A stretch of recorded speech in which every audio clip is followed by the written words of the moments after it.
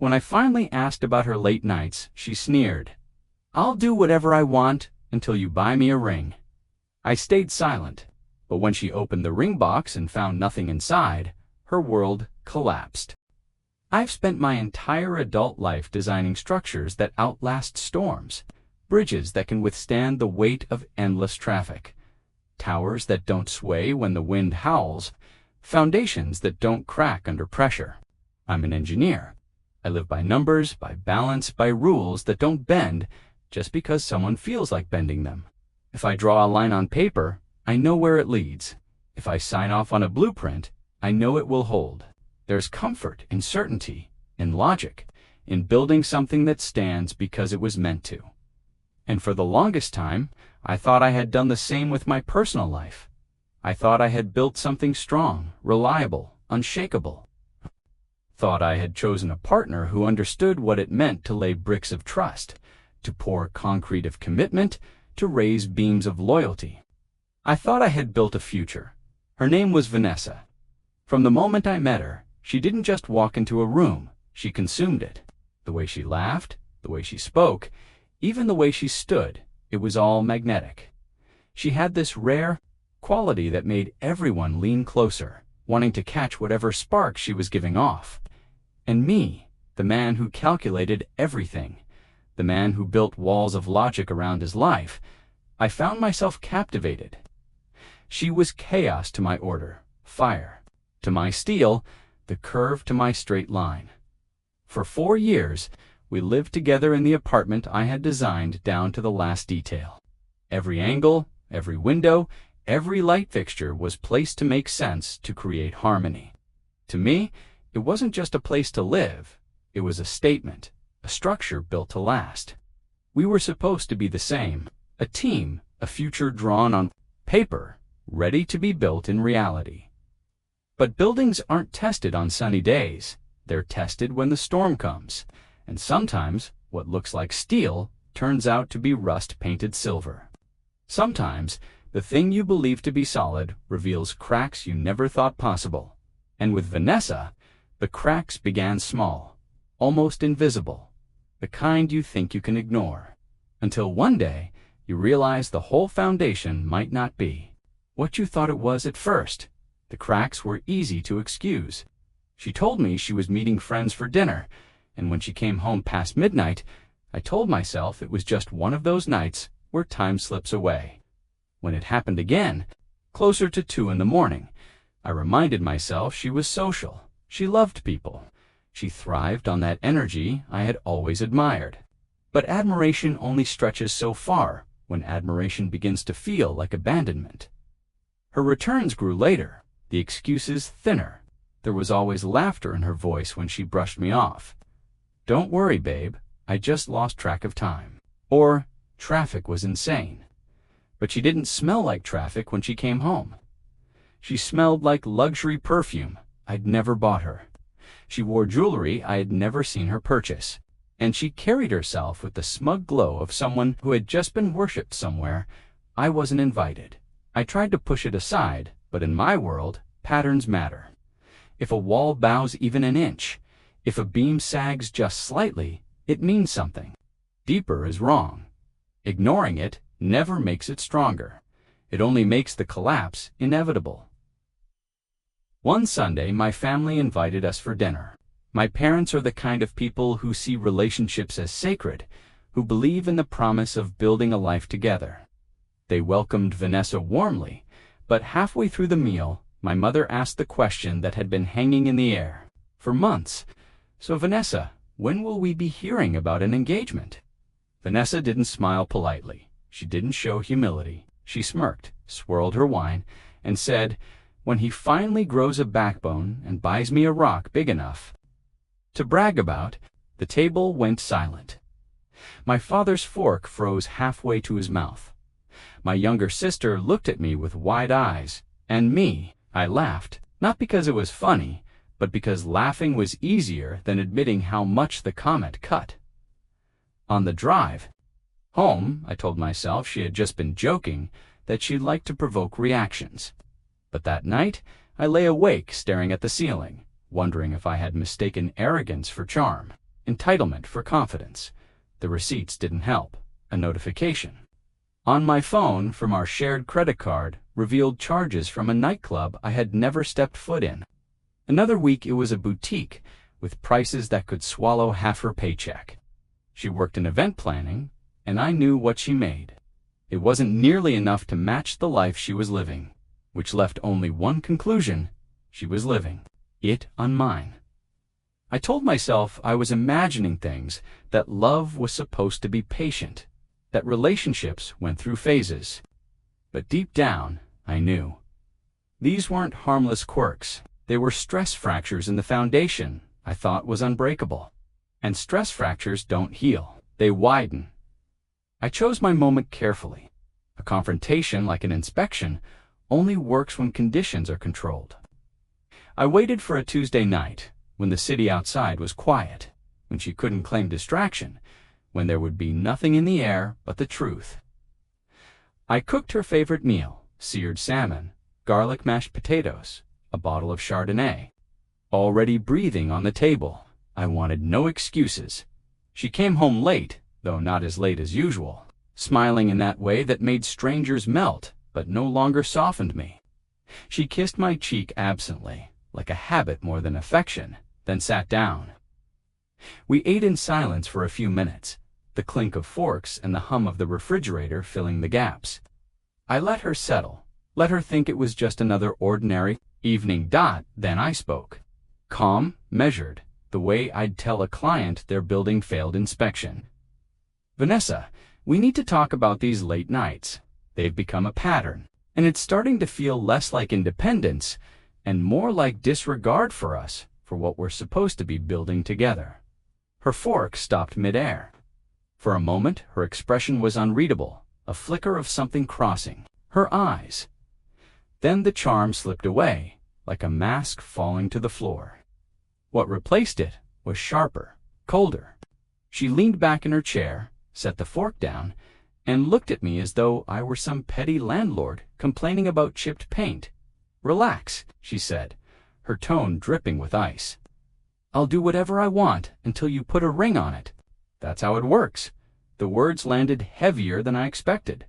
For 4 years, I had convinced myself we were partners, that our lives were intertwined by choice, by love, by commitment.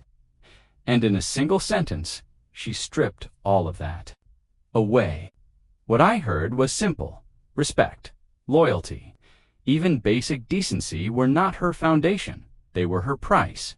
I didn't argue. You can't argue with someone who just told you your value is conditional. I stared at her, and for the first time, I saw her without the gloss, without the fire, without the illusion. I saw the calculation in her eyes, the certainty that she had me cornered, that she had set the terms, and I had no choice but to agree. I gave her a slow, deliberate nod. "Okay, I understand." Her lips curled into a satisfied smirk. She thought she had one. She thought she had silenced me, put me back in my place, secured the contract without even signing it. But what she didn't realize was that I wasn't conceding. I was already drawing up new plans, not for the skyscraper I thought we were building, but for the demolition I was about to unleash. The thing about demolition is that it doesn't happen by accident. You don't knock down a building with a single swing of a hammer. You plan it. You place charges where the beams are weakest. You calculate the timing, and when the moment comes, everything falls exactly as designed. That was the mindset I carried into the trap. I bought the ring, not a placeholder, not costume jewelry, a real diamond, one that sparkled so brightly under the store lights it almost blinded me. It wasn't for her finger. It was for the blueprint of my plan. Because if she ever tried to claim I led her on, I wanted the proof in my hand. I had considered the life she demanded, and I had rejected it with precision. For 3 days, the box sat in my desk drawer. Every time I opened it, the diamond caught the light like a shard of ice. It wasn't a promise. It was a symbol, a tool. And soon, it would become the centerpiece of the lesson she never saw coming. Night, I prepared the stage. The dining table was cleared of everything but one object, the small black velvet box. I positioned a single spotlight overhead, angled so that when she walked in, the box would glow as though it were waiting just for her. I dimmed the rest of the apartment, leaving only that pool of light. The silence in the room was almost theatrical, like the moment before a curtain rises. When Vanessa finally came home, humming a careless tune, she stopped cold. Her eyes locked on the table, her lips parted, and for the first time in weeks, her face softened into something almost innocent. Expectation, victory. She thought she had won. She stepped closer, her heels clicking on the hardwood each step, slower than the last. Her smile grew wider, radiant, triumphant. She reached the table, placed both trembling hands on the box, and opened it. Inside, nothing. The silence cracked, her breath hitched, her eyes widened, and confusion spread across her face like a storm cloud rolling in. Then the confusion hardened. Into fury, her hand shook, but not with anticipation now, with rage. "What is this?" she spat, her voice trembling. "Is this some kind of joke?" I stepped out from the kitchen doorway, calm, steady, my voice even. "No, not a joke, a symbol. You told me respect was conditional. You told me loyalty was for sale, that until I bought it with a ring, you would do whatever you pleased. So I bought the finest ring I could find." And then I realized something. I could never give it to someone who saw it as a transaction. A ring isn't a down payment on good behavior. It's a celebration of it. And based on your performance, Vanessa, you haven't earned it. Her face twisted red with anger. She slammed the box shut and hurled it across the room. "You're insane," she screamed. "Manipulative? A psycho." But I didn't raise my voice. I didn't argue. I just watched her unravel, every word another crack in the facade she had built. She thought she had me cornered, but in that moment, she realized the floor beneath her was already gone. The thing about structures is this. When you finally decide to bring one down, you don't hesitate. You cut every support, you remove every brace, and you watch gravity do the rest. That night, with Vanessa standing in front of me, red-faced and trembling after the empty ring box, I pulled out every beam holding her world upright. I let her scream, I let her call me names, throw accusations, hurl every insult she could manufacture. And when she finally stopped to breathe, I delivered the blow she never expected. "We're done, Vanessa. Completely done. Your clothes are packed." There by the door, her eyes widened, the rage giving way to disbelief. "What are you talking about? You're not serious." I was. I told her about the credit card she'd been using, canceled. The leased car she drove, scheduled for repossession in the morning. The apartment she'd been flaunting as her own, mine and hers no longer. It was like watching the lights go out in a city block by block. First shock, then panic, then the slow, suffocating understanding that she had no backup plan. She tried to pivot. Tears welled in her eyes. She collapsed into the chair and whispered, "I didn't mean it. I was joking. You know me. I just say things." But her performance was off-key. Her tears were staged too late. Her apologies too rehearsed. To me, it was like watching a building that had already failed a stress test try to hold itself upright with duct tape when begging didn't work. She turned to rage again. She called me ungrateful, controlling, said I had led her on. But even her fury sounded hollow, like an echo in an abandoned structure. I didn't argue. I didn't comfort. I didn't even stand. I sat on the couch, steady and unmovable, watching the demolition unfold. Her empire had always been built on my scaffolding. Now that it was gone, the collapse was inevitable. At last, her shoulders slumped. She grabbed her phone with shaking hands and called a friend to pick her up. While she waited, she paced the apartment like a trapped animal, muttering under her breath, glaring at me with venom. And just before she left, she stopped at the door, her packed bags beside her. "You're going to regret this," she hissed. I looked at her calmly, without a flicker of doubt.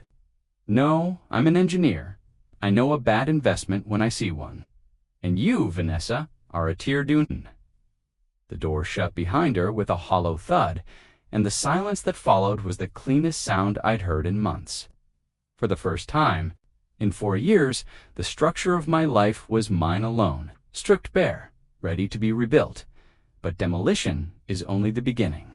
Once the dust settles, you look at the wreckage and decide how to use it.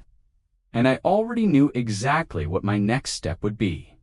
Demolition clears the ground, but it doesn't erase the history of what stood there. Every crack, every miscalculation, every fault line leaves behind a record. And if you're smart, you preserve that record. You use it. The ring I bought, the one she thought would secure her future, had another purpose. I sold it the very next morning, wired the money into a separate account, and made a single phone call. Not to a friend, not to a therapist, but to a forensic accountant I'd worked with on a legal case years before, a man who knew how to track every cent, how to lay out financial truth like a map, impossible to refute. I gave him access to everything: our joint accounts, credit card statements, vacation receipts, restaurant tabs. I wanted a blueprint of the past 2 years, line by line, brick by brick. 2 weeks later, the report arrived. I remember sitting at my desk, opening the thick folder, and feeling my pulse quicken. It wasn't just numbers. It was an autopsy of the life Vanessa had built. On my dime, the details were staggering. Thousands of dollars spent on nights out at clubs I had never stepped foot in. Boutique purchases she passed off as work expenses, vacations disguised as girls' trips that drained accounts. I thought we were saving together. Page after page, the pattern was clear. Her lifestyle cost nearly double her salary, and I had been unknowingly footing the difference. The total made my stomach clench. I wasn't angry at the money itself. I could recover from that. What hollowed me out was the realization that every laugh, every smile, every carefree toss of her hair at those parties had been financed by me. I had been underwriting a fantasy, and she had been more than happy to let me. But the report wasn't just for my eyes. I had my lawyer draft a letter and attach the entire document. The message was simple. While I wasn't pursuing repayment, this file would stand as official evidence of her financial conduct should she attempt legal action. Palimony, false claims, anything. And if creditors or banks came knocking, I had the right to share it with them as well. I mailed the packet to her new address. No note, no flourish. Just facts, delivered cold. That was the beauty of it. I didn't need to raise my voice or play. Her games online, the numbers spoke louder than any accusation I could ever make. She was trapped inside a cage of her own making, one I had simply illuminated. Her credit was poisoned, her financial reputation demolished. Every attempt she made to stretch her old lifestyle collapsed under the weight of her own record. For me, it was the cleanest kind of justice. For her, it was the beginning of a collapse she could neither charm nor talk her way out of. Financial ruin is brutal, but it's private. Numbers live in ledgers, in credit scores, in quiet conversations. Between banks and lawyers, social ruin, though that happens in the open, it burns under a spotlight, and there's no hiding from it. Vanessa didn't take long to make her move. A week after the report landed in her hands, her social media lit up. Long, vague posts about surviving financial abuse, about being trapped in a relationship with a manipulative man who controlled everything. She wrote about gaslighting, about emotional cruelty, about how she was finally finding her voice. The comments rolled in. At first, people sympathized. They called her brave. They told her she deserved better. And I could almost hear her, laughing, thinking she was turning the tables. But sympathy doesn't last forever, especially not when facts exist. One of our mutual acquaintances, a local lifestyle blogger with a big following, saw her posts and reached out to me. She asked if I wanted to tell my side. I told her I didn't need to. Instead, I gave her a redacted copy of the forensic accountant's report. Line items, dates, figures. I included the exact words Vanessa had used at that dinner table. I'll do whatever I want until you put a ring on it. I didn't add a single opinion, just the truth, plain and sharp as glass. 2 days later, the blogger published an article. It wasn't about me. It wasn't about Vanessa by name. It was about what happens when relationships turn transactional, when entitlement disguises itself as love. But the details were unmistakable. Our circle knew exactly who she was talking about. The fallout was instant. Friends who had cheered her posts began to quietly delete their comments. Invitations stopped.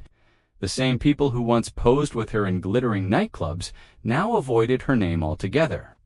Screenshots of the article spread faster than her carefully crafted victim narrative ever could. I stayed silent. I let the facts do the work, and they did. Her attempt to play the role of the wronged woman collapsed under the weight of her own history. She wasn't the survivor she tried to paint. She was exposed as a user, a liar, and most damning of all, a fraud who had been living on borrowed credit and borrowed time. The friends she was living with grew distant, uncomfortable with the glare of scandal. Eventually, they told her she couldn't stay. With her credit in ruins, no savings, and no safety net, she had nowhere left to run. That was when she faced the one thing she dreaded most, the place she had worked her whole adult life to escape. The doors of the city closed on her. There was only one place left for Vanessa to go. Back to the beginning. Back to the small, quiet town where her parents still lived in the same modest house, with peeling shutters and a garden her mother tended with pride. I knew her well enough to imagine the ride there. Every mile on that highway must have felt like regression, like each passing sign pulled her further away from the glittering life she had boasted about and closer to a truth she had worked years to outrun. Vanessa had always despised that house. To her, it wasn't a home. It was a cage she escaped the first chance she got. Her parents, though, were good people, simple, steady, hard-working, the kind who paid every bill on time, who never asked for more than they earned, who believed in dignity above display. When I first met them, they had been polite, even warm, but I remembered the puzzled looks in their eyes when Vanessa breezed in wearing designer clothes. They knew she couldn't afford when she spoke casually of vacations and champagne as though it were her birthright. They never said it aloud, but I could feel their confusion. Now they had their answer. I wasn't there to see her arrival, but word travels quickly in small towns. The image reached me through whispers and second-hand accounts. Vanessa, 30 years old, dragging suitcases up the same porch steps she once stormed down as a teenager, slamming the door in her parents' faces. Her mother opening the door with worry, her father silent, arms folded, eyes weighed down with disappointment. She moved back into her childhood bedroom, a space still painted in the pastel colors of a girl who once dreamed of becoming someone important. The posters of pop idols stared down at a woman who had built a castle out of lies and was now forced to live among the ruins. The same people who had watched her flaunt her big city lifestyle on Instagram now whispered at grocery stores, shook their heads in church pews. She's back. Things must not have worked out. In a small town, humiliation isn't private. It lingers in every nod, every look, every half smile that says more than words ever could. For Vanessa, the reckoning wasn't just financial. It was cultural, emotional, generational. She had spent years convincing herself she was destined for more, that she was superior to the life her parents had built. And now, stripped of everything, she was forced to live by their rules. Earn what you spend, show respect. Carry your own weight. I imagined her sitting at the dinner table across from her father, eating in silence, the weight of his disappointment pressing down heavier than any words he could say. Her mother asking softly if she was okay, while knowing the answer. For the first time in years, Vanessa had no audience to charm, no stage to perform on, just the unflinching reflection of who she had become. And while she was rediscovering the hard limits of reality, I was rediscovering something else entirely. When the dust finally settled, I realized demolition was only half the story. Clearing away the ruins of Vanessa's empire gave me space to breathe, but it also gave me something rarer, a blank canvas. For the first time in years, I wasn't carrying someone else's weight. The silence in my apartment was no longer hollow. It was full of possibility. The money from the ring became my cornerstone. I didn't stash it away in some forgotten account. I put it to work. I launched the Solid Ground Foundation, a fund to help young architects and designers take their first steps toward building firms of their own. It started small, a single grant. But when I handed that first check to a young woman with fire in her eyes and sketches spilling out of her bag, I felt something shift inside me. It wasn't revenge. It wasn't even redemption. It was purpose. All the money Vanessa had burned on fleeting nights and borrowed glamour was now redirected into something real, something that would outlast both of us. I had taken the rubble of her demands and built a foundation for others to climb higher. The foundation drew attention. Local press covered the story, praising the idea of giving back to the next generation.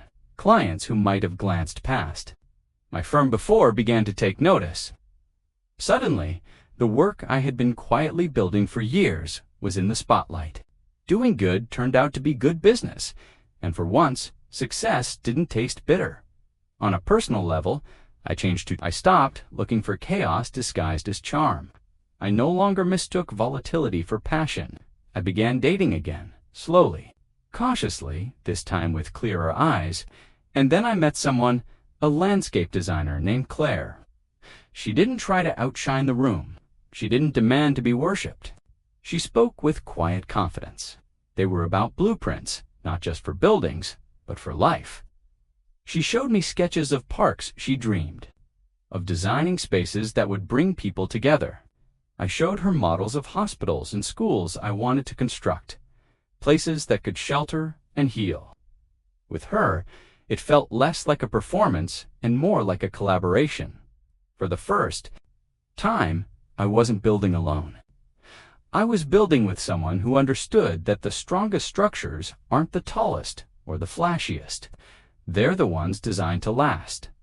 Meanwhile, across town, Vanessa was still learning the opposite lesson.